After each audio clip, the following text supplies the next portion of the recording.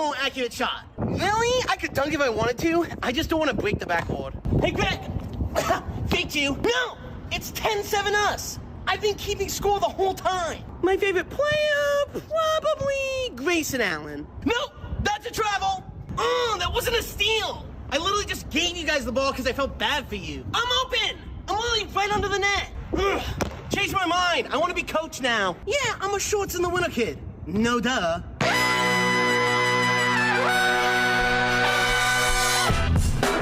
Good morning, sweet world, and welcome to the No Dunks podcast on the Athletic Network. It's Thursday, March 3rd. I'm J.E. Skeets, and alongside me, as always, it's Tass Mellis. What's up, everybody? What's up, Tass? We got our top shot hot boy, ripping them lips, Trey Kirby. Hey, yo. Hey, yo. The international man of mystery, taking it to the max, Leigh Ellis. Friend. And last, certainly not least, over yonder, making the magic happen, super producer JD. Hello. There he is. Here we are. Shout out to the stream team. All you weirdos in the stream team joining us live right now on YouTube. See what happens when we're late? They start getting into it. Yes, apologies for the delayed start there. I guess there was a little bit of an accident on the highway. From getting here. Yeah, it's an excuse for me, but yes, it's true. true. Interesting. Should we fact check with Danielle? What time did Tass leave today? Subscribe if you're watching here on YouTube. Like the video, comment, share the show. We got a new poppin' packs later today. It's been a minute since we've ripped some old basketball cards and talked about old guys. So we'll do that later today. So make sure, again, you subscribe to the No Dunks YouTube channel. Hit that little bell button so you know when we are live. Email in your NBA questions, too, to nodunks@theathletic.com. We'll be hitting the beach in this very episode. Some good questions. One in particular about Zion Williamson, some other fun ones. So we'll get to those later in the show. But we start with the games, and we're going right to Jrue Holiday with the game winner there, the basket to cap that huge rally as the Bucks stun the Heat, if we're being honest here, 120-119 Tass. Yeah, I'll take you through some of these plays late because it was wild. A few of us played basketball, got to go home and watch the end of this game. What a delight as I snacked on some veggie chips because I was hungry after running up and down. The Bucks down 14 with 6 minutes left. Felt like it was over. Inside a minute after they were able to make up some ground, 48 seconds left. Heat up 2 with the ball. Nothing working for the Heat. Bam Adebayo kind of around where he makes plays happen, but he couldn't pass to anybody. Just pulled up, hit a shot. The Miami Heat got to be really pumped. This is the best version of Bam Adebayo we're seeing recently. He just made a play happen. So they're up 4. Giannis goes the other way. He gets an open lane, just misses a finger roll, just rolls off the rim. So 35 seconds left. Heat are up 4 points. Feels good, yeah, but they got the ball. They got the ball. Yeah, basically, take a shot at the end of the shot clock. They're good, but Tyler Herro gets pressed a little bit. 2 guys on him. He makes a bad pass. Bucks run the other way. Chris Middleton just pulls up for a 3. Doesn't even go into 2-point land. Bangs it. 13 seconds left now. The Heat are up 1. Gabe Vincent can't inbound from the sideline. Calls a timeout. Jrue Holiday says, no, that was a 5-second violation. Check the time. It was close. Very close. Either way, they call timeout, go right back to the same spot on the sideline. Gabe Vincent again throws it into Jimmy Butler, who's being fronted by Giannis Antetokounmpo, so he's got to throw it over that monstrous body.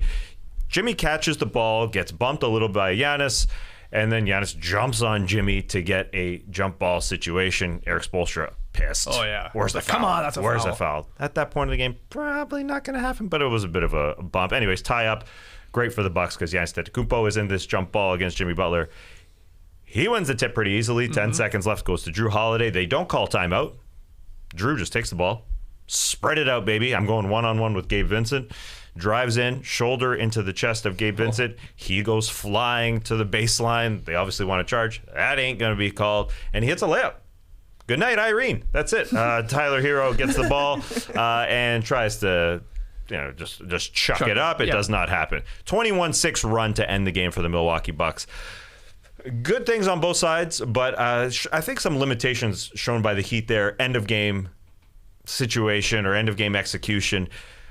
Closing out against good teams, I think, is going to be a bit of a problem for them because they really are just going to rely on who's hot in this game. Sometimes Jimmy Butler, with his offense, the way he does it, I mean, it's a lot like what Jrue Holiday there did. I mean, just plow into guys and then hope to score over them. So it's who's hot. Jimmy was 2 of 14 in this game. Tyler Herro had 30 points. They did miss Kyle Lowry, but Gabe Vincent in his place was hat. He hit 5 threes and 21 points. But he looked outclassed in the final couple of minutes here. Gabe Vincent did. I mean, he's a gamer. I'm with you, but that's where you saw if they have Lowry, they probably do close that game out. They probably do. Yeah. Yes. But, to say that is Lowry's going to be able to put 21 up, not every game. Anyways, the Heat are the 1 seed, but they're 4-7 against above 500 teams since the calendar turned. So it's a bit of an issue. Will they be able to hold on to this 1 seed? They've got a tough schedule left in terms of their home games, but they've played so many road games. They've got way more home games left, 13 at home and 6 on the road. So they should be able to hold it. But I will say they're the best team to guard Giannis Antetokounmpo. Absolutely. They threw off Giannis. I know his end game box score was 28 points, but through 3 games here against the Miami Heat, he scored 15, 15, and 28. He only had 4 baskets in each of the first 2 games. And then this one was his high game, but it took him a while to get going. He had 4 turnovers, and you could see they just throw him off. With Bam Adebayo, that body, and they really do the classic, hey, show him bodies at the top of the key. And I think Giannis would solve it over the course of a series. But this is absolutely the best team to guard Giannis with Bam and everybody. So he had 7 in the first half, and then he got it going and had 21 in the second half. So just some points there, but a fun game, obviously. Oh, really fun. And I mean, we talked about this the other day where we had the Heat beating them in 5 a couple years ago. Bucks followed that up by sweeping them, and now everybody just wants a 7-game series between these 2 squads in whatever round it comes in. And this is a perfect example why. Yeah, and I would just go back on the Kyle Lowry thing because Tyler Herro had an incredible game. He had the 30 points, hit the threes. He was money for them, but he had 3 costly turnovers. Yeah, I know. He threw the ball away. Basketball is a cruel mistress. I mean, it is. They're not in the lead without Tyler Herro hitting 6 threes and 37 and 5, like you said. But then these that one where he got trapped by Portis and Wesley Matthews, he got too cute with the pass that led to the Middleton Softy. 3. I mean, he lost them the game, but they're not in the game without him. It's weird. And the same thing with the Gabe Vincent threes. Larry can do that. He doesn't do it as often, but he can do it. But it's more just that control at the end of the game where it's like, it's got to be in his hands. And Tyler Herro has shown composure. So the fact that he threw away the sloppy pass to Bobby Portis, who went down and got fouled, and then he lost it out of bounds, and then the Heat themselves, whether or not that's contagious, couldn't get the ball in, and then the wild pass did end up costing them. But what I absolutely loved is Giannis. That free throw, man, he hit 4 huge ones for them. It looked so confident. And Jrue Holiday, that wasn't the sexiest game winner we're ever going to see, but what I loved about it, he just went straight to the hoop. Yep. I love that. He didn't say, I'm just going to try to hit a floater or a mid-ranger. He said, I've got an advantage, and he went in and took it. Heat had no timeouts, and they ended up blowing this one. So the Miami Heat, we always talk about them, being a composed team, and they really weren't in this crunch time, and crunch time, whatever you want to call it there. Jimmy Butler didn't have a good game himself either, which was a bit of a surprise for him. I thought he was going to be one of those, I'm up for this game, but he wasn't really. So huge sort of, snatching victory from the jaws of defeat here for the Bucks, because they looked down 14 points in that fourth quarter, and Miami's offense just ran out of options. Yeah, there were multiple times I gave up on the Bucks in this one. I was like, they're going to lose it when it was like a 14-point lead with 6 minutes left. I'm like, Heat played too good a defense. No way the Bucks are coming back here. When Bam hit the jumper to put him up 8, 3 minutes and 30 seconds left. No way the Bucks are coming back. Then he hit the fadeaway, put him up 44 seconds. Yeah. No way they're coming back. Up 3 with 11 seconds left. Oh, they got it. Defense, just get the ball in and hit some free throws. No problem. But obviously, the Bucks never gave up on it, and that to me was like, this was such a Bucksy win. We saw them come back down 2-0 against the Nets last year, down 2-0 in the finals against the Suns. They just have the belief that they're going to be able to stick in it if they stick with it, and they stuck with it the whole time. I loved every time Giannis went to the line, you could hear somebody in the crowd yelling, all day! All day! And it was actually all day, so that was pretty impressive to see him knocking down the clutch free throws as well. I also love a clutch jump ball. I said I was going to make a top 5 list, but that was when we had 2 in November. Jaren Jackson Jr. beat Rudy Gobert for 1, and Terry Rozier beat Draymond Green for a jump ball. So I guess you're going to add this to the list, though it was Giannis. He should win every single jump ball. Nonetheless, a great win of the jump ball. I think the Heat probably win this game if Kyle Lowry's playing, simply because he gets that call on Jrue Holiday. The guy's a star. We're going to see the last 2 minutes report. That's going to be a charge. He's the number Jrue one. getting away with a bump. Yeah, guaranteed. He flattened Gabe Vincent. He put him on his ass. That no doubt. What do you think the last 2 minute report will say about the jump ball called Giannis jumping on top of Jimmy? That could also be after he got hit. It might be. I think that one's okay. I mean, it was Jimmy fell. Yeah. There was contact, but he slipped almost, and he goes down, and then they. It was a pile on bad him. pass. Jimmy had the ball. He was in his possession, but he wasn't really in control. Because he was on the ground and that. And so at that point, people do just jump on the guy. I know. If there's like 10 seconds to go, just jump on a guy, and it's like a 75% chance you'll get the jump ball. So, otherwise, the other one, most likely, I think he got away with it. Will they just let that one slide? I'm not sure. True. Yeah. You're talking about, Yeah. Kyle Lowry is the king of charges drawn. Yeah. I mean, he may get that call because it's a reputation call. Totally. in a strange way. But the Giannis bumping Jimmy Butler there, there's always that funny split second. Giannis bumped him, it's clearly, and then Jimmy's on the ground. No whistle? Jump on that guy! Because somebody else was reaching in too. Yeah. I don't know, I'm Wesley not Matthews sure who maybe it or is, something? but give it to Giannis because he can win that jump ball. But this is a pure Giannis win. The Bucks never give up. They just don't, as they did in the playoffs last year, and throughout games they always come back. He just chips away. Giannis will never ever stop. That's why he keeps on talking after every game. We've got to build good habits. Got to build, even if they win 30 points. I mean, he's a true leader. And on the other side with Lowry, there's no doubt they would have been a lot different. And I talk about their late game offense. So if Jimmy's having a bad game, like he had in this one, Kyle's done that before. If Kawhi's not having a good game in 2019, I'm here, man. And he can be that secondary guy. Is Herro on the bench in those instances? I don't know, maybe, but I guess he would be, just if they're going defense. But anyway, they have enough guys. They just are always doing it by committee. They just can't rely on one guy. Is that a good thing or a bad thing? I mean, these are those teams that if they're championship caliber, I mean, you just don't see very often, as we've talked about. Are they a good enough ensemble?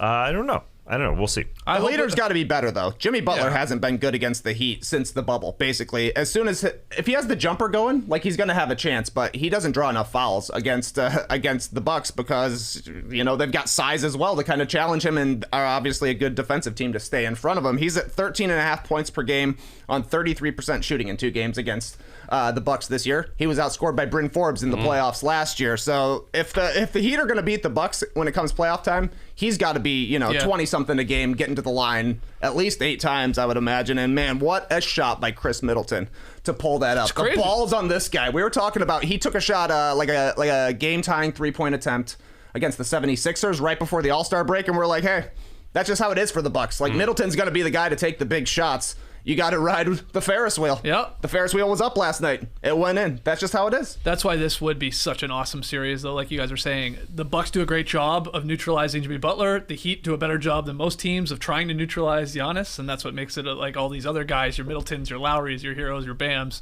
your Jrue Holidays. It's who steps up in a potential, hopefully long series. I hope we get this. Before we move on to the next game, let's just get a quick report on the run last night. I couldn't make it out there, but the 3 of you guys were hooping. How did it go? Wow, second story. Second story. I mean, we'll get to Harden in a second here. The second game, put the lower third up, JD.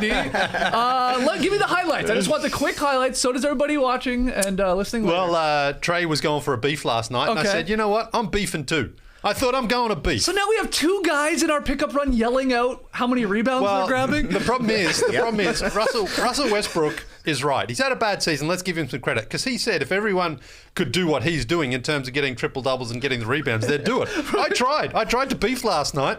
I think I got 3 rebounds. Oh, jeez. So I decided to tweak it a little bit mid sort of run there. I had 2 screen assists for Trey. I had a Kobe assist, and I had 2 hockey assists. So I'm going the hustle stats. That's my angle here. Was the jumper not falling last night? We ran. I think we ran our first 5 games. Trey and I were on the same team. Oh, okay. And then the legs got a little heavy, and I did the worst thing I could do after we finally sat down. I was like, I'm just going to sit out again. couldn't get back up Seize after up. that. Yeah. Oh. We're too old for that stuff. You got to keep playing. You gotta keep the train moving. Yeah. What about you, Taz? How many screen assisted you have? I sucked. I wasn't keeping my screen assist. good. These guys Like a were playing normal person. These guys were playing basketball. I wasn't. Unfortunately, I was trying to find Josh Primo, as Trey called him, a very young guy out there, very young guy on our really? There's team. some youth out there, were there? This kid maybe was 12 years old. Yeah. He only played a couple of games. He only Oh my God, Yeah, what? like when numbers were low, he played a couple of games. Okay. But Santos cooked him a couple of times too. I hope He was so. taking his Santos ripped the ball out of his hands. I was like, come on, man. Santos like setting screens on the guy. That was awesome. I mean, speaking of flexing, Trey hit a game winner. He went through a guy Jrue Holiday style. Ooh. Double flex. Both arms came out. Yeah, Last he had a 2-minute big game. report's going to show offensive foul, though. It's gonna show an and one, I'll tell you that. All right. That was a good 25 boards for your boy, JD. one. Yeah. 25. Amazing. Hard to beef, man. I'm glad I asked. Jackson asked me this morning randomly, are those guys good at basketball, referring to the four of you? I was like, well, they're old. But I honestly I'm like, dude, Leigh's good at shooting. No, the answer is yes. I mean, like, it? but like, obviously, we're not playing college basketball level stuff here. But we're not like, to me, if you're bad at basketball, it's like you can't dribble and you obviously can't shoot. And nobody wants you. They're I'm not bad. doing that with four. I'm bad at basketball. No, but as far as you're you rusty. guys, You're rusty right yeah, now. I'm totally right. Yeah, I mean, like, I was trying to see it through his eyes. Would he think you were good? Like, if I say you're good, Right. and then he comes and see you play, and he'd be like, Dad, I thought you said these guys were good. Hey, I'll You know what kick I your mean? son's ass at basketball. Yeah, he's got a couple of inches these days. You'll get him now, but in a year or two time, I can that's see true. him. Yeah. If he's the Lot of height baller on in the his team. family. Yeah. Well, if you had a 12-year-old there last night, maybe I'll send him over there. There we go. I mean, Skeets without the facial hair now. Yeah, I look like I'm 12 years old. true. You can pass for you. Yeah, the reason I didn't make the run last night is I was shaving my mustache. Plucking each individual hair. You passed your hair on to Leigh, who obviously washed his hair after the game, Oh, right? that's You're it, yeah. flowing. Look at that. Yeah, that's nice. Look Oh. at those locks. Oh, yeah. That's a thing. That's a lot of afterwards. hair. You want to give us a giddy real quick here? Oh, why not? Why not? Okay, yeah. You're still sweating from last night. Yeah, I know. I was. It's, I'm telling you, well, I pounded the water last night because the last Like time Joel I did Embiid style? Yeah. Crushing it? Good. Because you know how you, I said I woke up dehydrated Yeah, you after last cramped night. I pounded it last night, but had to pee a few times last Oh. night. So I don't know where the middle ground is here. It's like, Well, I hope you mounted the toilet the correct way yeah, during the night. Yeah. Of course I did. That's the only way to do it. Good. Harden shines in his Philly home debut, 26 points versus the Knicks. It was not a great first half from Philadelphia, really, or for Harden. They turned it on in the second half. They did a really good job, I thought, of like showing a bunch of bodies at Randall, bunch of bodies at RJ Barrett. Make any other Knick beat you. Like, have at it. And they didn't. But they're now 3-0 with Harden in the lineup, so they're happy. Everybody's got these fake beards that they're buying for $5 there in Philadelphia. They're 38-23. But Embiid, 27-12. 4 assists, steal, 2 blocks. Harden, 26-9-9, so he flirted with the triple-double. Yes, you can say that when you're in 9-9 in those other categories. And then Tyrese Maxey, again, slow start, got it going, started attacking, 25 points, 4 boards, 3 assists. So he was great. But the honeymoon is now over. Now they're coming back to real life. Right. Here we go. Next 4 games are against Yeah. the Cavs, the Heat, the Bulls, and the Nets. So we'll see how this goes now. But so far, so great for Harden and Philadelphia. Because, again, it was pretty ugly in the first half. They're down, and then they sort of crushed them in the second half. It's so much about Maxey for me. He's been amazing. Because every team's going to be watching Embiid and Harden, and Maxey playing that third guy. Yes, he's the number 3 guy. He's just so decisive when he gets the ball, and that's the biggest thing. Is he's a direct line guy. We're talking about all these guys going through chess. Trey Kirby going through chess, and in game number 1, Jrue Holiday going through chess. Tyrese Maxey just decides, I'm going to the hoop. And the speed is a big factor. I mean, he is Apparently, like Harden and Doc Rivers, and they got on him in the first half. Like Harden especially was like, you got to be way more aggressive. Like, where's that Maxey I saw the first 2 games? Yeah, I mean, this is different. It's a big role for him. Yeah. Yep. Any other notes on Sixers Knicks here as they played for a second time? Yeah, I mean, it's the Knicks, so you just didn't feel they would be able to keep it up, and they just couldn't there.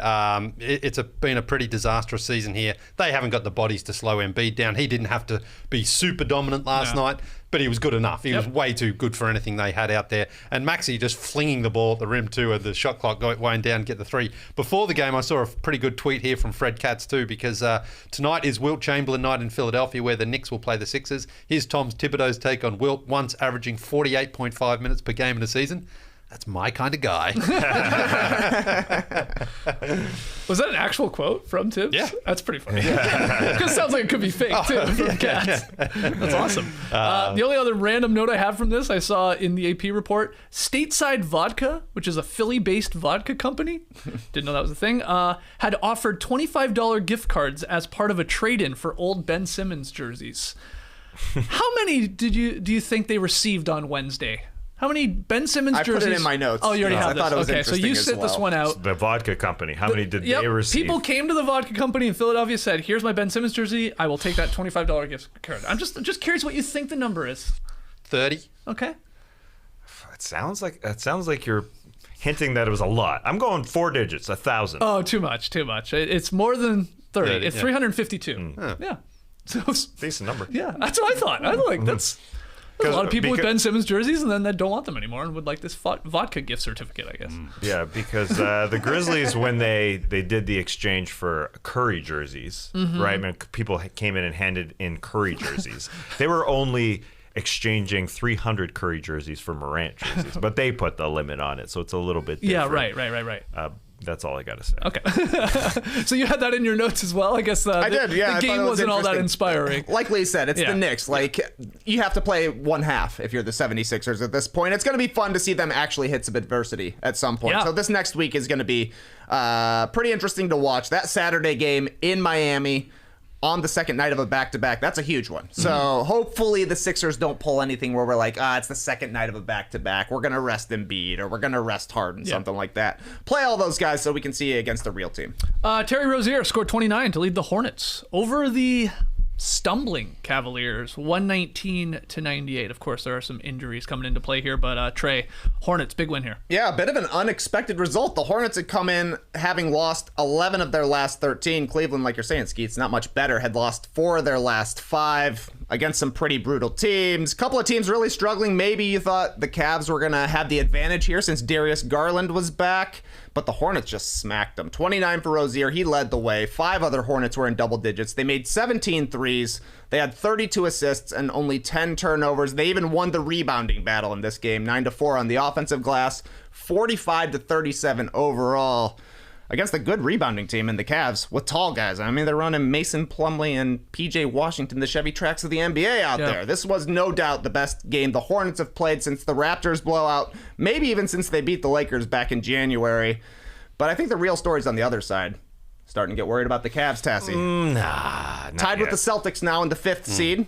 They're only a game and a half up on the Raptors in 7th, and they just have not looked like the same team we saw the first half of the season.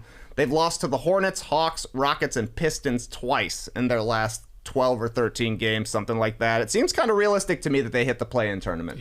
And 4 of their next 5 on the road, and they play the Raptors in Cleveland. That's their only home game over their next 5. So that could be a real 4-pointer. Is that what they say in hockey when you play a team, isn't it? They say that? Yeah, I think so. Let's not fall down the hockey rabbit hole again. Because you get a win, it's 2 points. So, but they get a loss. And exactly. Nice. So, but yeah, that's the thing. The Cavs, the season. I mean, they're still 10 games over 500 on paper. It looks good. They've got most of their guys there, obviously. But a team like the Hornets coming in last night, they really needed to pick up that victory because they can. You can just see them now, a game and a half back of the Bucks, who obviously got a huge victory for them. So the Cavs just slipping a little bit out of reach. That would be devastating. The type of seasons they've had, the feel-good story they've become, the all-stars in Garland and Jarrett Allen, even like Coro playing well, and all this stuff that's been great for the Cleveland Cavaliers. We talked about them a ton. If they were to fall into the play-in and then get beat by, let's say, the Nets, then they're taking on whatever, a Hornets or a Hawks or a Wizards, and they lose that. Like, they don't even get into the playoff. That would be devastating. That would hurt. Yeah, that would hurt. But it's a possibility with these teams behind them, starting to turn it on in the Celtics, Raps, even the Nets once they get Kevin Durant back tonight. They've definitely hit a wall here. There's no doubt. They've overcome a lot of different walls this season with so many injuries to their backcourt. And it's odd going into the All-Star break. break, things looking rosy, home game, home All-Star game in Cleveland.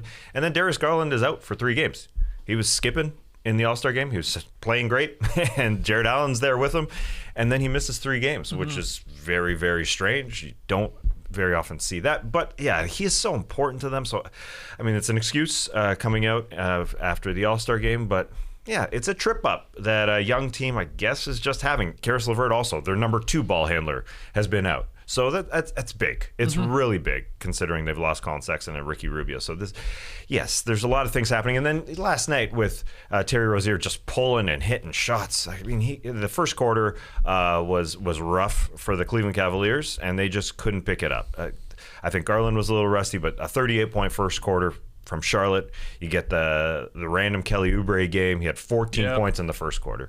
They get down 26 points to 18 in the second quarter. They just couldn't get back up. 119 points allowed is not Cleveland Cavaliers basketball. So it's a wall. It's a wall. Hopefully they can overcome it. Yeah, weird game with LaMelo Ball. I was going to say Lonzo. LaMelo Ball playing only 8 minutes. I mean, there's some foul trouble there and stuff like that. But Isaiah Thomas, he's back. He's back, baby, and he's on the Hornets. If you didn't know that. And he played 14 minutes last night, hit a couple threes, and chipped in a couple assists, finished with 10 points. So IT's going to get an opportunity here in Charlotte. What's that, the 3rd team he's played for this season? This season? Is Dallas, that right? He was on the Lakers. He must be up there with this year. Yeah. I mean, when you think about a Phoenix, Sacramento, he's got 3 rows on Basketball Reference for the jerseys. Yeah. That's a lot. That's nice. A lot. Yeah. Kings, Nuggets, Wizards. Whoa, that's a lot of jerseys. I'm looking at it now. That's a lot of jerseys. Yeah. A lot of different numbers in the mix there, too. Okay, but nice to see him, of course, back in the league, and maybe gets an opportunity here as some sort of deep guard on the rotation. An injury, foul trouble happens, he's going to get an opportunity. 11 shots, 14 minutes. Oh, yeah, he'll let him fly. Oh, yeah. Okay, the other games from last night. Chuck them at you. Yep. Touch on anyone that you want to. Suns rebounded without Booker and Chris Paul. They destroyed the Blazers. Brandon Ingram, 33 points. Pelicans roll past the Kings. Blowout. Mitchell and Conley lead the Jazz to the 132-127 overtime victory over the Rockets. So it took 5 extra minutes there. SGA leading the Thunder to a nice win over the Nuggets, 119-107. Probably the most surprising outcome last night. And then Brogdon helped the Pacers rally late to beat the Magic in overtime, 122-114. Leigh, what do you want to talk about? So I'm going to start with the Kings. Pelicans Kings? Yeah, Pelicans Kings, because the Pelicans win with the Blazers loss gets the Pelicans a game up into that play-in. That's huge. Yeah, they're a lock, man. And the Kings, now I was going to actually give you some trivia this morning, but you mentioned it to the group, so I won't say it, but I won't give you the trivia. It might be JD's tweet of the night. We're not sure. It's not. Okay. Anyway, the loss by the Kings extends an amazing streak thanks to Josh Dubbo at AP there. The winning seasons in Sacramento with Rick Adelman as coach, 8 in 8 years. Anybody else, 0-29. Now, technically, if they go 18-0, they could be 500 on the season. Probably not going to happen, but honestly, just a complete disaster. I was trying to workshop a joke this morning as well, right? I don't know where I ended up with it. All right. What will happen first? The Kings will make the playoffs, or Prince William will become king, because he's second in line, right? Now, the Queen, she's still around, but looks like, she's 100. She's getting over.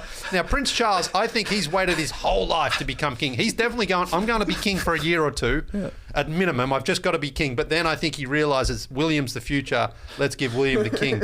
Hand it over. So he'll, what's that word, JD, when you not abstain, but it's like... Abdicate? That's the word, yeah. His sister's really into the royal. Oh, is she? Yeah, well, maybe Kenzie can help us out here. I think that's it. Charles is like, there's no way I'm not having at least a couple of years as king, but then I'm giving it to Willie. So I'm saying, so what? 3 or 4 years, right? The Queen, she's okay, but she's old. And once she dies, I think Charles automatically becomes king. Does he? Yeah, I believe so. Okay. Because they have to have someone, a king or a queen. What would they do without a monarch? But if he's smart, Charles will say, Willie can save this family. It's a complete... Yeah. Show it to Elf. Big Prince Willie. So I'm somewhere on the line there. I'm like, what happened to the King of England, King William first, or the King's in the playoffs? So you should be able to bet on BetMGM. That right there should be a bet. Yeah. What happens first? Kings have a winning season, or Prince William becomes king? Yeah. That's great. Do it. BetMGM, are you watching? Listen. What are the odds? I mean, the odds are... I'd probably take William at this point. I think so. You got 5 years there, Sacramento. Doesn't look all that good to me. Anyway, so I got somewhere. we got there. Hey, hold on. You're calling the Queen's death? What? She's in trouble. I mean, she's. I know she had COVID recently, but even before that, she was really slowing down. And this is a Jubilee season. You said she was 100, but she's 95. Yeah. Oh, she's only 95? I think so, yeah. Her mother lived to be over 100. Yes. Yeah, 101. Right. Yeah. But it's been a rough few years here for Lizzie. So. Prince Charles says Queen Elizabeth is a lot better now. Yeah, well, I mean, look, I'm not hoping she dies. I'm also, just saying, this one from Rolling Stone: the Queen is bracket not dead. Long live the Queen. Yeah. Well, update that in a few months maybe. We'll see as she goes here. Anyway, I'd say Prince Andrew's chances are dead. Done. Yeah. Fuck. He's Prince been. Easy. Those are dead. You love following the gossip. No, well, my mum used to be a huge royal follower, so I grew up sort of following it. Like the wedding of Charles and Diana. I was only 5. It was massive TV. Yeah. But, I remember that. Yeah, it was huge. She was great. Diana was great. She could have saved the royal family, but. Okay, so anyway. Okay. So Charles coming in. Charles is like, give me 2 years. I just got to be king.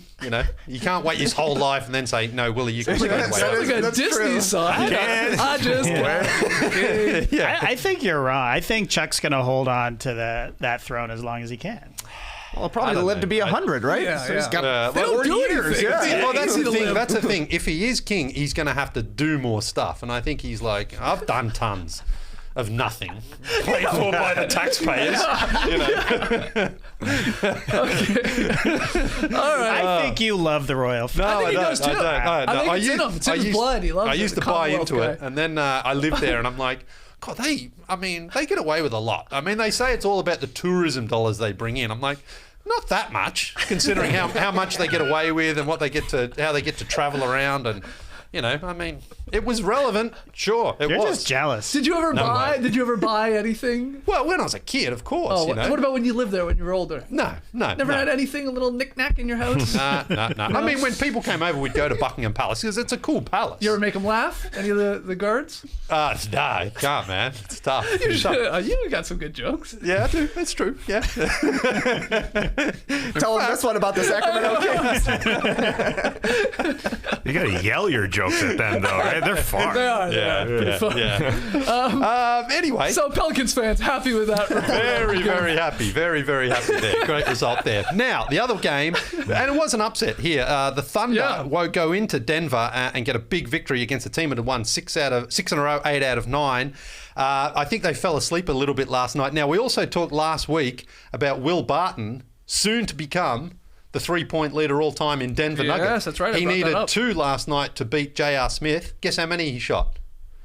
I don't know. 0 for 9 he went. 0 for 9. Now, guess what the starting 5 for the Denver Nuggets shot from 3 combined? It's something 0 for 28 or something? 1 for 25. So when you're shooting that badly, now their bench gave them some life and got them back into it, but that's where they fell down. They just couldn't hit a shot there. Jokic, he tried his best. He's great as always. But Thunder got a good victory. Now, another thing I wanted to point from in this game, narrative is huge, of course, when it comes to MVP race. Yep. And when you look at what's happening in Philadelphia right now, I think Joel Embiid is probably the favourite for MVP, and I think for a couple of reasons. He's having the best season of his career. They're winning games. He didn't win it last year. Exactly. Now, when I looked at it this morning, excuse me, Philadelphia 38-23. They could still grab the number 1 spot in the Eastern Conference. They probably won't, but they could. They're only 2 games back of the Heat there. And then you look at the Nuggets. 36-26, only 2 wins fewer, but they're 14 games behind the Phoenix Suns. And I think just the appearance there could hurt Jokic's chances. If he's 6th, even though he might have 2 or 3 wins fewer, and say Embiid's 2nd, those things become a factor, I think, even though the wins are, almost identical. I believe Giannis passed Jokic, too, for PER, like the highest, best player efficiency rating of all time in one season. What are the nerds going to do? Yeah, so I saw that happen as well. Not that this, Yeah, so it's one of those weird weird things. I think right now, though, it's certainly, to me, it's probably, I've got Embiid, Giannis, Jokic in my sort of top three right now. If the season ended now? Yes. Yeah, would you agree with that, Trey? Is that how your vote would go? If it was done right now. We got 6 weeks still to go. But yeah, I think I'm about in the same spot. Maybe you switch Jokic for Giannis at number 2, just because, I mean, the line he's put up for this season is honestly incredible. And like we've talked about a billion times, he's missing his number 2 and number 3 guys. Just look at how they played last night. 22 for Jokic. The rest of the starters had 27 combined. He's not getting a ton of help out there, or at least not reliably getting the same kind of help that Embiid has. And maybe Embiid's chances here take a little bit of a hit now that he actually has another MVP playing on the same team. I can see Embiid's numbers falling off during the last 20 games here, just as he doesn't have to do quite as much and probably gets to rest some fourth quarters during blowouts. But I do think Embiid is the leader right now. But, give me a 6-game win streak, another one for the Nuggets, and maybe we're talking about Jokic taking over the number 1 spot. And just to touch on one more game here, just because I ended up watching it, probably because it was the first game and I didn't go hoop with you guys last night, Brogdon and the Pacers beating the Magic there in overtime. One of the worst overtime performances I've seen from a team in a long time. The Magic had a brutal 5 minutes of overtime. I mean, it is gross. Maybe that's part of the plan here. Like, they don't want to win games, but it's hilarious. Like, so many bad turnovers. I think they scored maybe 2 points in the entire overtime. It was rough. Mm-hmm. But Pacers got it done. Not that they're really in the mix here either, but I usually tell you people to go watch the highlights of this particular game. Catch the final couple minutes of this game. Don't even think about turning on the overtime for this one, because it was gross. Gross stuff. All right, let's take a first break. Sure. When we come back, we'll hit the beach and answer a few of your questions. Don't go anywhere.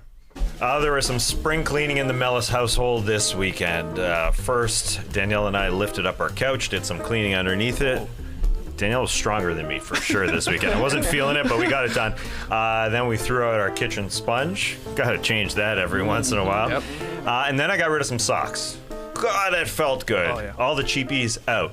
What remained? Some NBA socks, some unique ones, and a lot of Stance socks. Woo. For sure. Stance socks are frickin' quality. Quality designs, quality comfort, and I feel like quality when I slip them on the Tootsies. I'm going to be so happy with my decision in the coming weeks. Open up that drawer, pull out some Stance, put them on the feet. Yes! No more of those crap ones. I didn't go this far with my spring cleaning, but Stance has also expanded to the entire wardrobe. Check out Stance's super soft line of sweatpants, joggers, shirts, hoodies, hats, and more, now available in a full range of fits, prints, fabrics, and fun.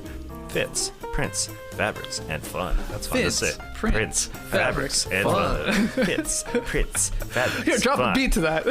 Fits, prints, fabrics, and fun. We got the fits, the prints, the fabrics, the fun. The fits, the prints, the fabrics, the fun. Stance's philosophy is that you should never have to sacrifice your own individual style for the sake of comfort. And now, you don't have to. Whether you're relaxing around the house, working out at the gym, or running all over town, Stance delivers its signature softness and creativity in a full line of active apparel styles from toe to head.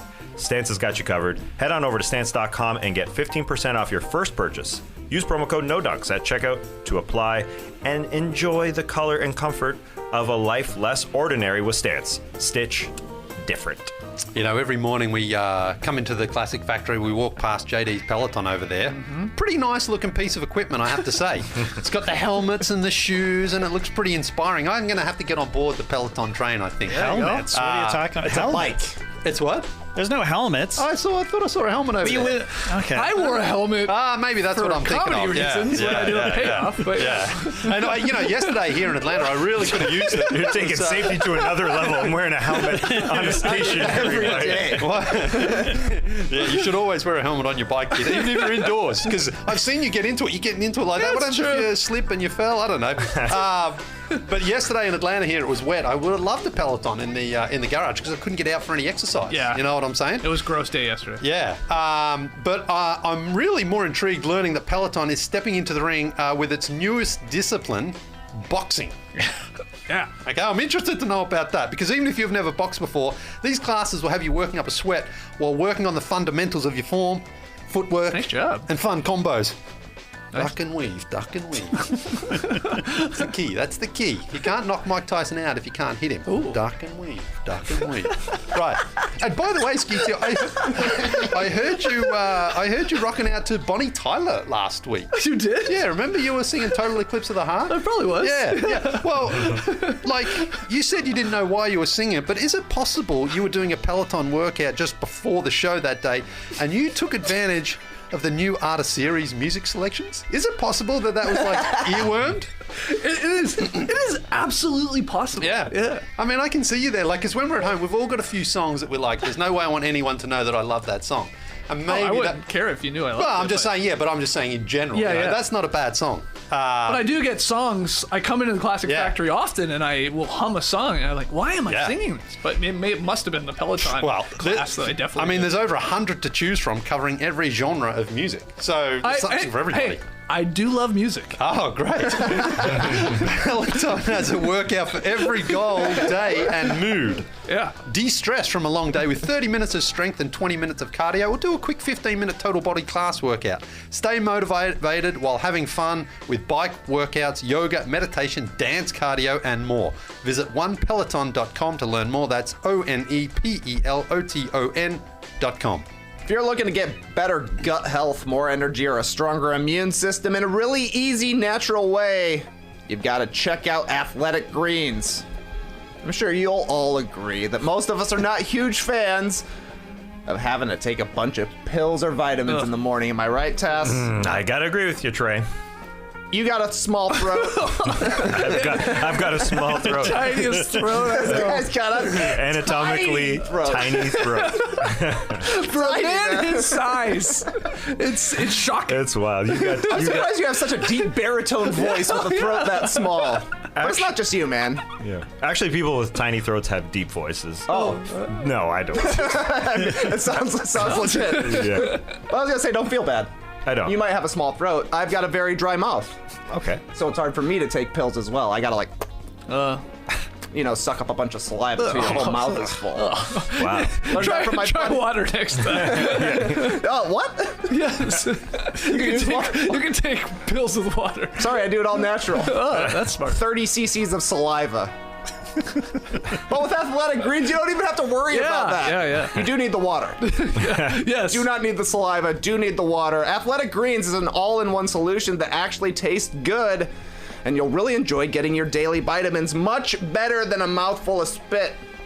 With one scoop of Athletic Greens, you're absorbing 75 high-quality vitamins, minerals, whole food sourced superfoods, probiotics, and of course adaptogens to help you start your day right.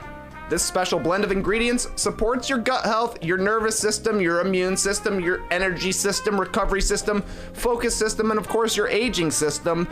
All the best systems with this single scoop of Athletic Greens in water. It's lifestyle friendly, whether you eat keto, paleo, vegan, dairy free, or gluten free. It contains less than a gram of sugar, but contains no GMOs, nasty chemicals, or artificial anything.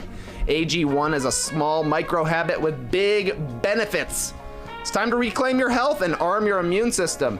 With convenient daily nutrition, all you need is one scoop of Athletic Greens and a cup of H2O water. Every single day, it's that easy.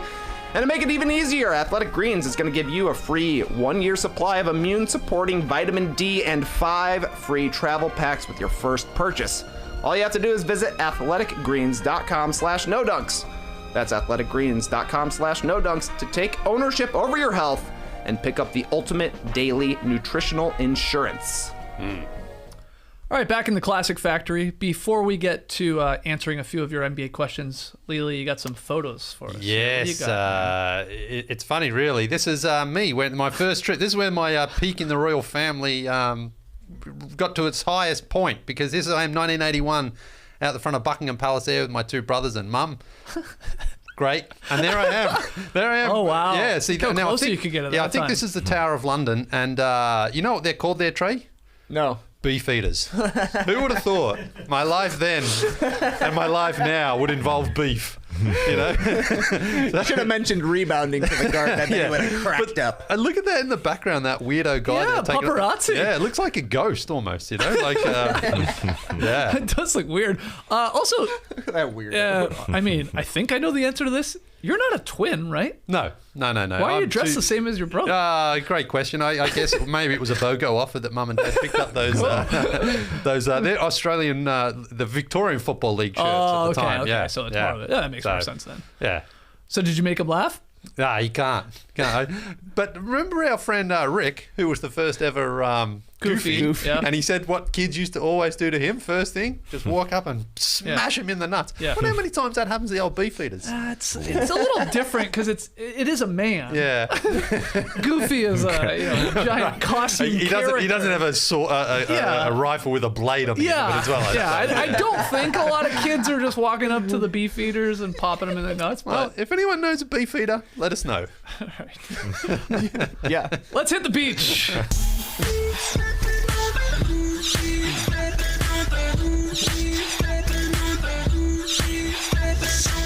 Oh my God, it's been so long. Kept promising. Hey, keep sending in your questions. We'll hit the beach. We'll answer a few of your questions. Did it. Well, here we are. Some great ones. I'll get us started here. First one. Hi, diddly ho, no Dunkerinos. So I wish I still had the mustache for that one. In light of the news of Zion Williamson possibly needing another surgery on his foot and his rookie extension pending, it really begs the question. If Zion refuses to allow injury/games played protections on his next contract, does New Orleans still offer him a max extension? Keep up the great work. That's from Johnny in Wellington, New Zealand. Sorry, Leigh. I know you don't want us to read any emails from New Zealand, but Johnny, that's a good one. Zion Williamson, Tess, what do you think, man? Well, I'm looking at it as going into this offseason. That's what I'm thinking about, because they could offer him a 5-year max this offseason, although he has another year on his contract. Right. And I say there's no chance they should do it this offseason with no preconditions on it. Right. I think that would be bonkers. Just to say, here's a 5-year max. If you get injured, we're just on the hook for 5 years. Right. I think they would have to work in some conditions. So if Zion's camp, what's the downfall? Zion gets pissed and says, trade me next season. Well, right now his trade value, although it's good, ain't the best it could be. I'm sure he'd want to play next season. He hasn't played at all, so I think that would help them there. And also, what are teams going to offer him? I just think going into this offseason, I think the potential negatives, the downfalls, are far greater if you sign him to a contract where he hasn't played in obviously less than half the games that he's been able to play in 85 so far. This is his third season, barely one full season. It's unlikely he's going to play any more games this season. Latest reports, the imaging is good. He's going to get to full weight bearing soon. He's not even at full weight bearing. So I don't think we're going to get to a point where we're going to see him this season. How do you just say no conditions, sign him? I say you've got another year to let it play out. That would be my situation, although I know it's the Pelicans and they've in this small market situation where sometimes you just got to sign guys, but you have them under your control for another year. I think maybe that motivates him to be a better player on and off the court, to not sign him this year without the preconditions. I know there's a few ways you go about it. If he signs a 5-year contract with preconditions about his injuries, that's a different story. It's an easier pill to swallow with saliva or water. 30 cc's of saliva. Well, what do you think, though, Trey? I think Tass is right in the fact that the Pelicans are going to want to put in preconditions here, because it's no different than the Embiid situation where he played 31 games through his first 3 seasons, didn't even play his first 2 seasons. But I think at this point, people have literally forgotten that Zion Williamson is a bucket. 27, 7 and 4 on 61% shooting last season. That's why I think the Pelicans would max him out on a 5-year deal. Absolutely. And instantly they would do it, because they don't attract free agents. Probably the best free agents they've gotten since 2010, Julius Randle or JJ Redick are probably the big names. So I think you do whatever you can to keep a big name around. And obviously Zion, when he's on the court, is a great player. The problem has been staying on the court, obviously. That being said, a lot of players have had injury issues early in their career that get worked out. Embiid is one, Steph Curry is another one. So I think they would sign him to the contract because at the very least, I think other teams would be interested. You want to have a huge contract, you can bring in a whole bunch more pieces. And if it's a 5-year deal, that's more attractive for the next team as well. So I think it would make sense from an asset standpoint, and I think it makes sense because Zion is good if he's ever back. Yeah, just to put some numbers on this, Tess said it, he is eligible to sign this rookie extension after this season. That deal has to constitute at least 25% of the salary cap, so it's looking at like a 5-year, $181 million sort of extension that Zion could potentially sign there with the Pelicans. Would they offer it, though? Should they offer it, or do you think what Tess is saying, maybe wait and get him back and see? Or is this a no-brainer and you just lock it up? I think at this age, you just have to sort of hope it does work out and he gets himself right because he's so young with so much potential there still on the table. So you sort of do what the Nuggets have done with Michael Porter Jr. Yeah, basically. And going back, I was reminded about Brandon Roy. Remember, he had the meniscus issues and the Blazers were hesitant, but they went for it and it ended up he couldn't really fulfill that contract. So right. There's obviously risk there. They'll get it insured, that contract as well. So that's the thing is what the insurance company probably is saying, listen, we'll insure this contract, but we want to see he's got to play 60 games in 3 of those first seasons or something like that. Yeah, but Johnny's question is, it's a hypothetical. It's saying that Zion's camp is like, we're not signing anything with those protections in there. If that was I don't think they can. I don't think they can really hold firm to that because I don't think anyone would offer them anything without some sort of safety net there for the team. So he's going to get that max offer though from somebody. The Pelicans would be wise to be at least try to offer an olive branch of saying, okay, it hasn't worked out so far. Let's sign it at the end of this season. So then we know where the future lies. There's no way Zion Williamson and his team decline a rookie max extension, is there? I know no one has. Well, he remains a restricted free agent. Yeah, though, and then, I know. You know, I only bring that up because if he doesn't like New Orleans, I mean, it's an easier way to work your way out of a situation. But again, I don't think anybody's done it, right? Not for that money, that's for sure. No, but even if they do, if he says I'm not signing, and then he says we want to sign with this team, the Pelicans can still match it. So he can't. He hasn't got that much. But you leverage. admit though, if Zion said I'm not signing that, that's a hell of a red flag. Yeah. This guy does not want to be. Well, then you'd think the Pelicans say, okay, well we can trade him for a fairly good return.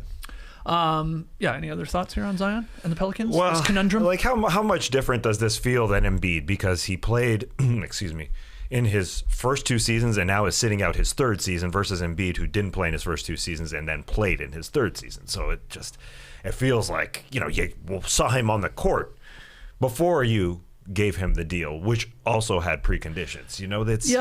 I mean, I'm living in the moment here where I'm thinking, I don't know if Zion Williamson is going to be able to play. How much is he going to be able to play?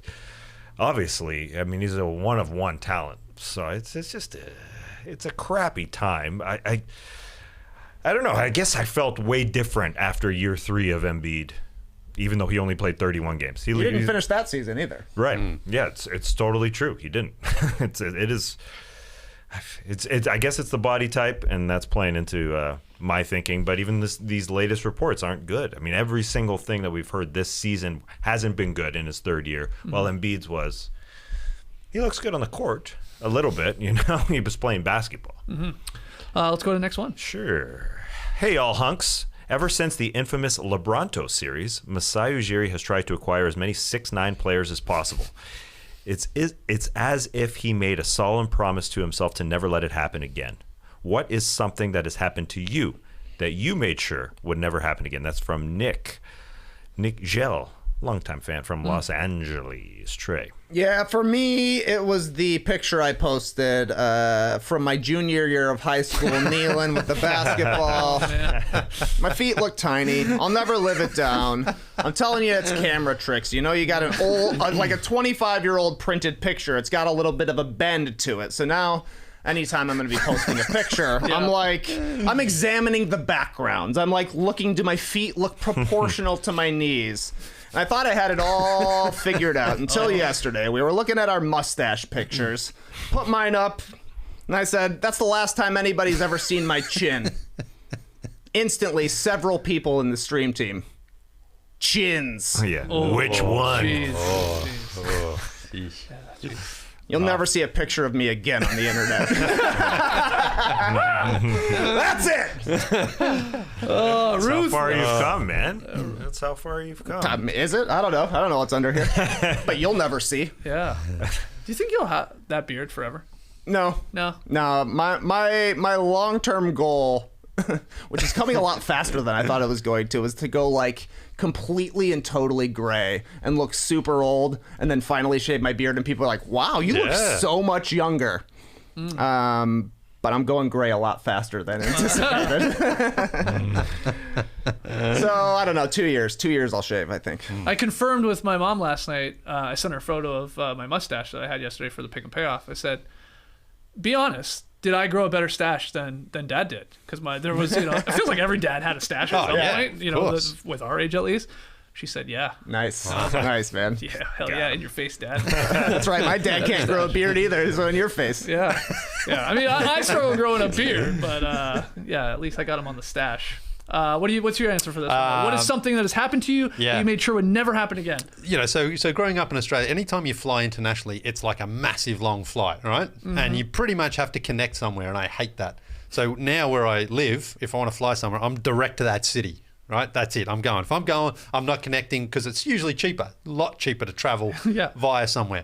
One time we were going to Lima, and my wife said, let's fly this El Salvadorian airline, TACA, I think it's called. And we stop there in El Salvador and then go to Lima. And I'm like, it's a 6-hour journey. The stop makes it like a 12-hour journey. Ooh. And how much does it really save? Yeah, and then they've got to transfer your luggage, and it's like, I'm sure it'll get lost. And it was Christmas, right?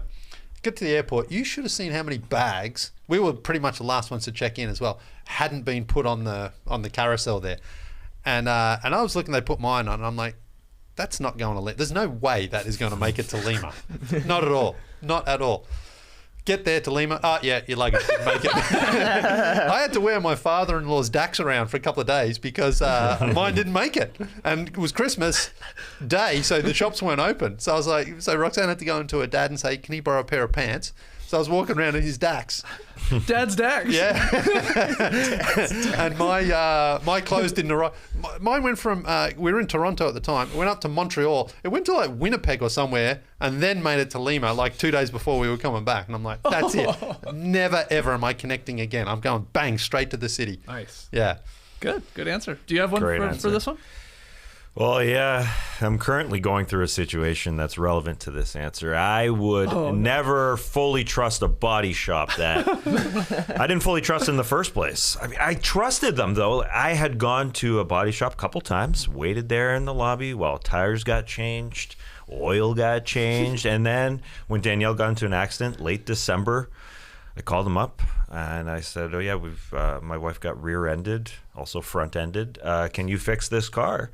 He said, "Yeah, I can fix it." But it's a body shop that I didn't have a great rapport with. And he said, 4 to 10 days. 4 to 10 days. If it's on the longer end, it'll be 10. That's business days. I said, okay, I can live with that. That's 2 weeks in my brain. That's 2 weeks. It gets there. A few weeks later, we don't have the parts. We just can't get the parts. I'm like, okay. Supply chain, blah, blah, blah. That was never mentioned in the first instance. Then I called Mazda specifically, and they do say they have some supply chain problems, but then they find some parts in Texas, and they bring them over from Texas to put on this car. I mean, really? You had to go all the way to Texas to get a couple bumpers, I suppose. So it's not an old car, but it's also not new, as what an excuse was, because your car's in their tough sweet spot. Yeah. So there's just not a lot of parts out there, and this is now we're getting into February. So that part was was somewhat believable. There's supply chain problems, but then we get into February, and then the professional lying just started. They're just so good at. We'll call you tomorrow, and we'll give you more of an update. Next day, our guy's not here right now. Who's working on it? We'll call you tomorrow. Okay, yeah. Actually, we ran into a problem. There's an electrical problem after we took the bumper, so it's going to be 2 more days. Oh, sure. There was another problem. Call back 2 days later. Our guy's not here. Just bullshit. bullshit after bullshit after bullshit in multiple weeks. Curb Your Enthusiasm episode right here. It's not old and it's not new. What the hell is it? Yeah. It's not even a 5-year-old car. I mean, there was shock here in the Classic Factory when, after we wrapped up yesterday's show, Tass took a call from Danielle, and we obviously were like, oh, okay, everything all right, and then you're like, yeah, it's about the car, and we were all like, you still don't have your car back? Still don't have it. So we're at 9 weeks or so. Last week we got a call on the Tuesday. Oh yeah, it's going to be done by Thursday. You can return your rental car on Thursday. So I did that. I went and returned the rental car, and that didn't sit well with Danielle. Oh no! And now maybe I'm putting out our dirty laundry here, but yeah, she was furious with me. Now it's making a lot more sense why you were late this morning. No, we went and got another rental car. Oh, we currently have another rental car, but on last Thursday, I guess it was, I thought the car would be ready, number one. Number two, I didn't make a huge mistake. I was still driving Danielle around on the Friday and the Saturday, and we're driving together as a family anyways. Did we need another car for those 2 days? I mean, I got screwed. I was even going to her side of the car and opening it for her. Chivalry is alive. Very nice. I wasn't doing that. But anyway, it was close. It was close. I thought the car was done. We had to go into the body shop this week and say, what the is going on? I mean, we really had to. We got into a yelling match. Really? Yeah. Monday, I guess. It said, your car better be ready tomorrow. It better be ready tomorrow. Here's the deadline. Wasn't ready. Tuesday. It's like, what do you do though? Like, there's literally nothing you can do. Just get angrier and angrier. Yeah, you can call the insurance company and get another assessor out there, but really there's nothing you could do. I mean, you could literally, we said we're going to tow it to another shop as is. He's like, okay, I'll take off the parts that I've already replaced and you can tow it to another shop. Which we almost did, but then Danielle got a cop in there. God. Yeah, she got the cops. She said and then the result of the cop was, I mean, he can't really do anything either, but I mean, it's just to put a little scare into them to fix the damn car. I mean, just fix it. And so he gave his promise in front of the cop, which are we dropping the name of this body shop here? No, because I don't know what this business is. Wait until you get your car back, and then it's happening. I mean, he showed me the pictures yesterday. Got painted. Things are happening. It'll be ready today. Another 9 weeks. No, it should be ready today because the cop really helped. I think the cop really did help. He put a little scare because I don't know if this is a body shop or what business is happening behind this body shop. I think there's a secondary business. There's something going on. I don't know. But anyway, we'll figure it out. Anyway, 9 weeks. I mean, whatever. Other people have bigger problems. We have 2 cars. It's fine. It's true. It's fine. We're good. But it was a bit of a kerfuffle. Anyway. Next question. Hey, no Dunkaroos. As a lifelong Cavs fan living in Cleveland, imagine my excitement when I heard the All-Star game was returning to my city. The cherry on the sundae was knowing that my favorite podcast always traveled to the city of the All-Star game. That was several years ago, and a lot has happened since then. I was still optimistic that you would still be coming, but then you announced a virtual watch party for All-Star Saturday night. My heart was broken. As I picked up the pieces, my only solace was the possibility of getting the first email I've ever sent read on the pod. There you go. So my question is this. What is something you looked forward to for a long time only to be let down? Levert to J.A. Love for 3 Garland. That's from Michael, of course, in Cleveland. Sorry, Michael. Yeah. We had plans to do a live show in Cleveland, but obviously those went out the window. Hopefully we'll be back 25 at an years All-Star. For the top 100 will be in Cleveland. So there you go. Hang in there, Michael. I was gonna come to Salt Lake City, hopefully, for the next All-Star game. But anyway, what's your answer to the question? Mine's a fluid situation too right now. Looking forward to going to Philadelphia this time next week, this next Thursday. March 10th. Yeah. There's that tiny glimmer of hope, but don't think it's going to happen. Ben Simmons said, I hope, when he was asked if he was going to be playing March 10 in Philadelphia for the Brooklyn Nets. And I thought, yep, because that was like a month ago. I thought, we're going. Let's go. Have some fun. Dudes, guys being dudes. Yeah. And looks like it won't be going because there's not really much point in going if he's not. I mean, maybe. I mean, we could still go. He's trying to talk Andre Drummond's return. Yeah. I mean, it'd still be a pretty, good atmosphere, I think. Because Kevin Durant and Joel Embiid have had that, that beef in the past. Remember they were doing that to each other. So Waving. Kevin Durant, I think, is due back tonight. Tonight, yeah. So he should be playing. So maybe we can still do it. I don't know. He's trying to talk himself into it. Yeah. All right. What about you, Trey? Fast and Furious 9. Bummer, man. Bummer. Brutal. We did the entire series of Fast Friends last year. It was great to watch with the buddies, to talk about it. We even brought Matt into a few of these episodes. I hadn't seen Fast 9, so I was like, this is awesome.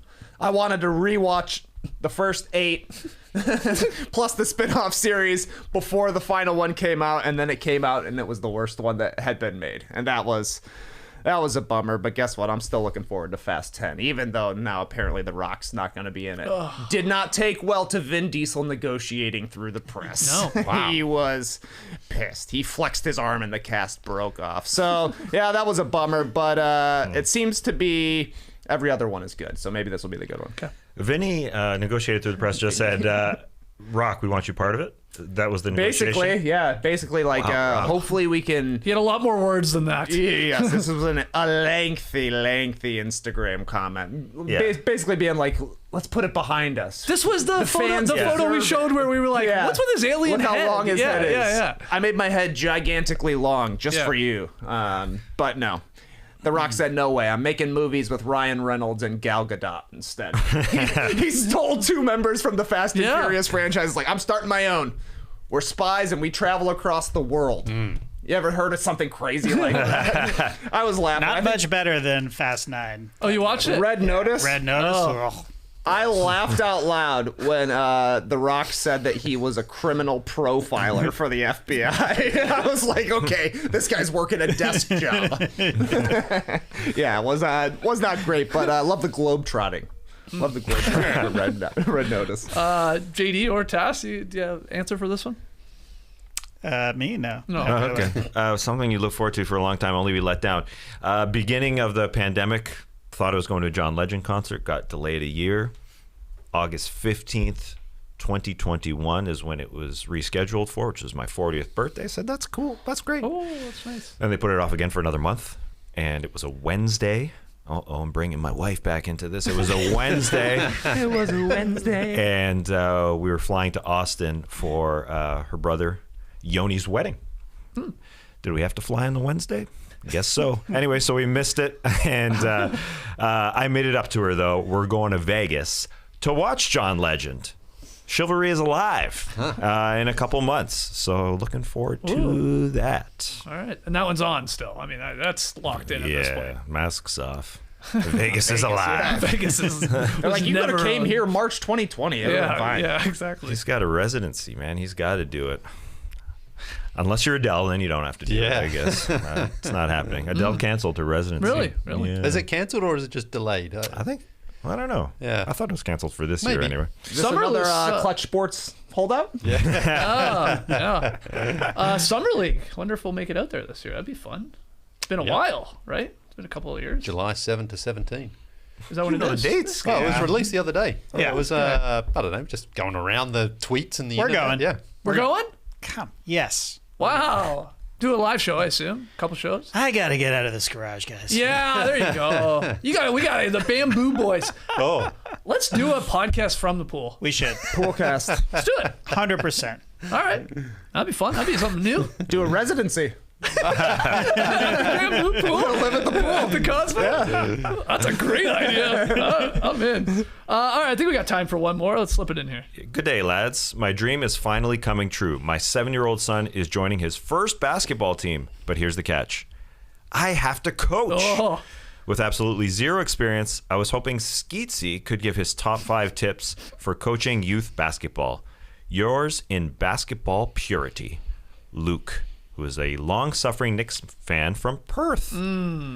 Hence the good day, lad.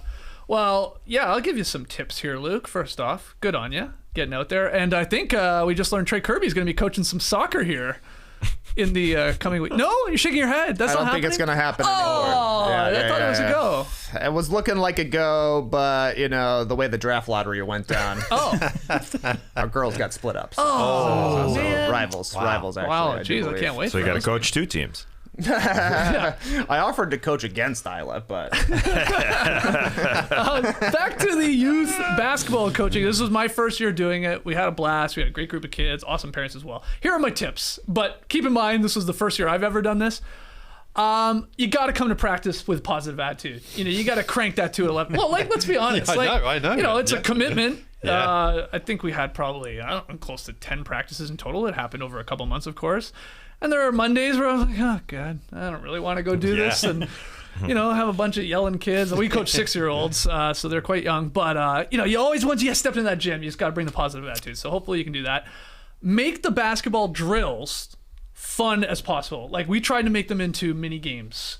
Because, you're doing drills. They're 6 years old. You do want to work on dribbling and shooting and passing, all that, but, try and come up with what we did, we did musical chairs basically, but everybody's in the middle and then go do a layup and then get back. And there's some quick eliminations. It's quick games. We did keep away, the classic they had to get around us, stuff like that. So just make the basketball drills fun. I would say encourage passing as much as possible at this age because nobody wants to.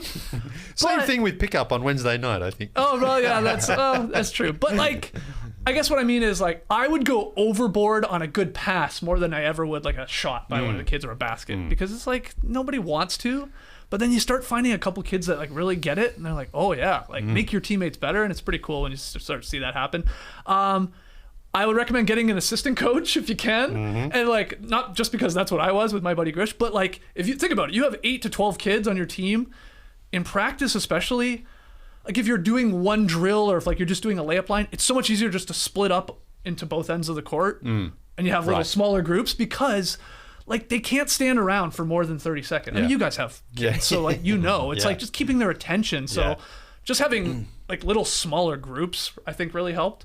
And then the final one, and people said this on Twitter, I forget who it was specifically, but said the only goal at this age when it comes to coaching is to get all those kids to return next year and play again. That's your only goal. Not obviously to win or to really even, you want to improve, of course, and I think we did, but just have so much fun that they're they want to play again. So you keep them in the sport. So I thought that was always a good tip. I forget who said that on Twitter, but there you go. That's what I got. A little too serious, I took that, but I had a lot of fun. Oh my God. It's all right. The only thing I ever tell my kids about playing basketball is you better grab rebounds. That's good. You better grab it because otherwise it's you didn't play defense at all, and playing defense sucks. So get the boards. Oh man, we did a couple rebounding drills, and it was hilarious because they struggled to grab the ball at that age too. But awesome year. I hope to do it again. So good luck there, Luke. Any tips? Have you coached at all? No, but it's possibly your happening boys now. are getting to the age. Now with the masks and the restrictions being lifted, I'm hoping I'm actually talking to the principal soon about that. So we've been talking.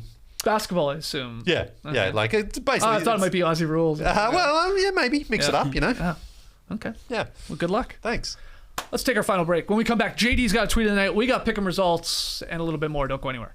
If you dream of comfortable sheets at a price that won't keep you up at night, look no further than Boll & Branch. Turns out the sheets I had before were garbage. Trash.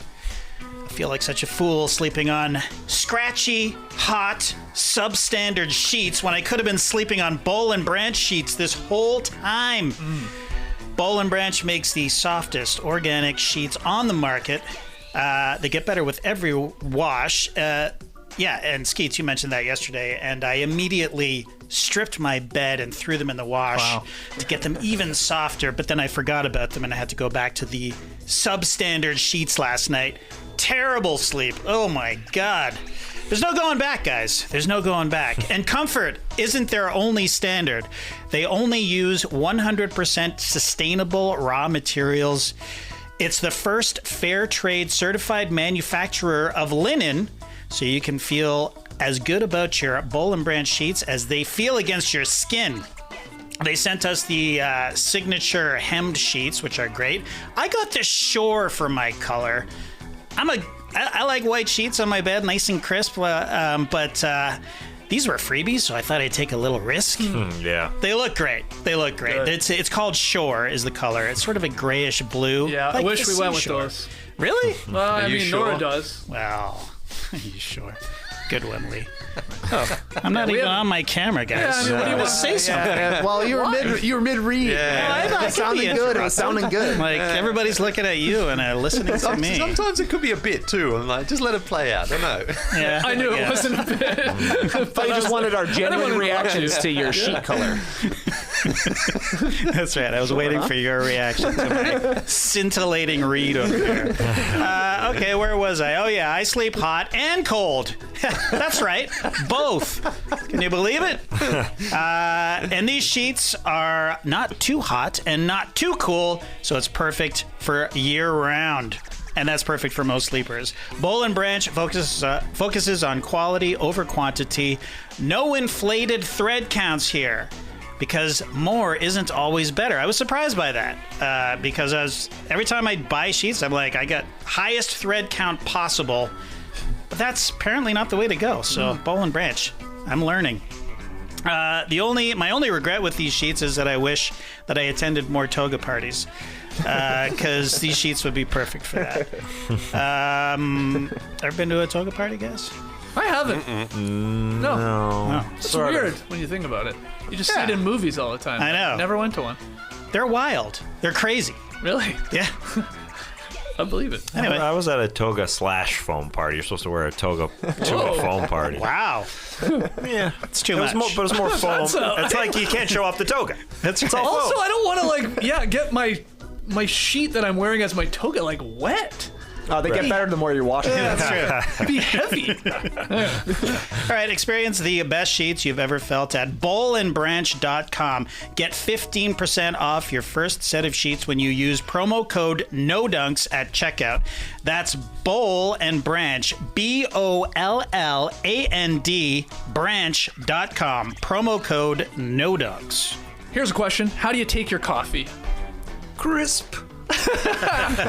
Maybe a full-bodied roast, something light. We all have our preferences. And no matter what you love to drink, Trade Coffee makes it easy to brew your best cup at home. Trade sells the freshest roasted and ethically sourced beans from America's best independent roasters. They ship free to you as often as you like, whole or ground. How you like them beans? Whether you're a coffee nerd, like our friend Jay, or Thody, or Zach, that group you were in. Yeah, I'm talking about those coffee nerds. You're still in the nerd group. Yeah. All right. Or It's dormant, but I'm in it. oh, okay. Or maybe you just want a better daily cup. Trade's real coffee experts taste test over 400 roasts and use technology to match you to your ideal coffee based on your preferences and brewing method. So this is the fun part here. You take this coffee quiz to get started, and then Trade Coffee guarantees you'll love your first bag, or they'll just replace it for free. That's a lot of confidence in this quiz. It's like we've got this quiz down so perfectly on how you answer it. You're gonna get that bag of beans and you're gonna love it. Or we'll just replace it for free. That's pretty awesome. And for our listeners right now, Trade Coffee is offering a total of $20 off your first 3 bags when you go to drinktrade.com/nodunks. So get started. Go take that quiz at drinktrade.com/nodunks. Start your journey to the perfect cup. That's drinktrade.com/nodunks for $20 off your first 3 bags. Okay, it's about that time in the show to get to Tweet of the Night.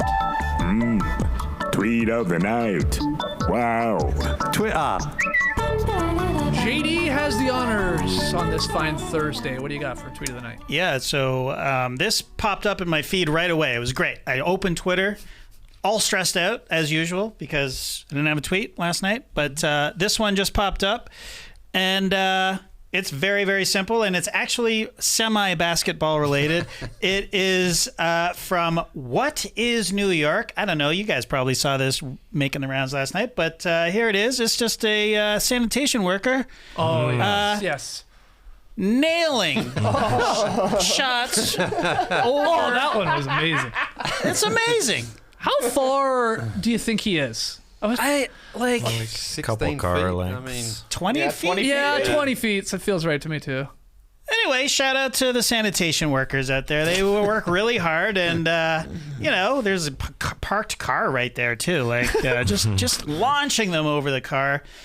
I'd be pretty pissed if it was my car and to be honest. But, Not really. That's the Steph Curry of sanitation. You're right. Could be the Blake Griffin, really. Yeah, but it's not Wilson bag, It's not like a Spalding bag. Yeah. It's you don't know what you're dealing with. It's a risk, but Right. he's probably Oh, right. but maybe he knows. Maybe he knows because he's thrown so many bags of garbage that he's like, oh, this is high quality. I can chuck this 20 feet in the air. Yeah. We're not going to have an accident. Maybe.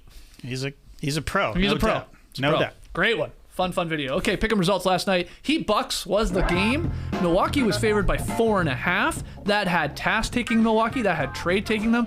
They got the win, as we started the show with, but they did not cover. They did not win by 5 points or more. So that's a win for Leigh and I. I feel like we're picking the same games a lot. Well, we're 1-1, so yeah. Respect.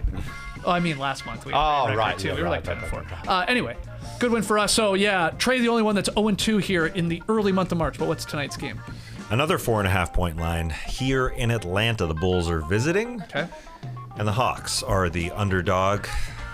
The Bulls are favored by 4.5 coming to Chicago. Trae Young questionable, so I'm not feeling good about picking the Hawks. You three should feel good about picking the Bulls because, as was said yesterday at our pickup run, Bulls just match up really well with these Atlanta Hawks. So that's going to be a tough one. Trey, you going down? Oh, yeah. Are you going to be yelling at Vucci, baby? Do something? He's going to score well tonight. Oh, okay. Yeah, he's gonna take it to Capella. Yeah. You can bet on that one. So what's your reasoning for the Hawks? Just swerving? Bounce back, baby. Oh, bounce back. Yeah, well, they're a weird team to figure out. Yeah, after the losses, they've Yeah. got pride. The question is if Trae Young is not playing. Yeah. then, All right, there you go. Hawks got some points to play with at least. Bulls got to win by 5. TK will be in the building, so look for the bearded one down at the Fortress. You won't find me. Why?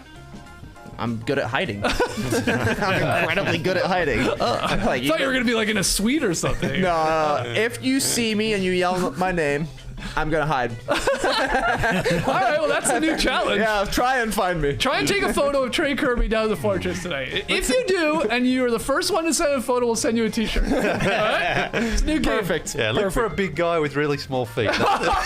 Dare you? Oh, I'm wearing my smallest shoes tonight. Laura's like a half size smaller than me, so maybe I'll throw on a pair of hers.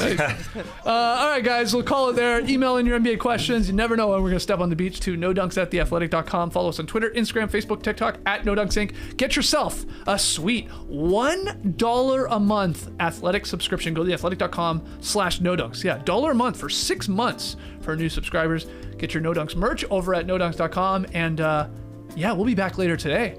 A little poppin' packs early in the afternoon here on Thursday, so make sure you subscribe to No Dunks on YouTube. Until then, till we get those packs, Clipper Bros. You heard it here first. Have a great time. Turn up. Love you guys. Awesome. Thanks for joining us, and remember, this is inspired by the Vin Diesel The Rock brouhaha. If you want somebody to do something for you, don't call him your little brother. Yeah. Not good. Bad move. Come on, Vin. Embrace the day, people.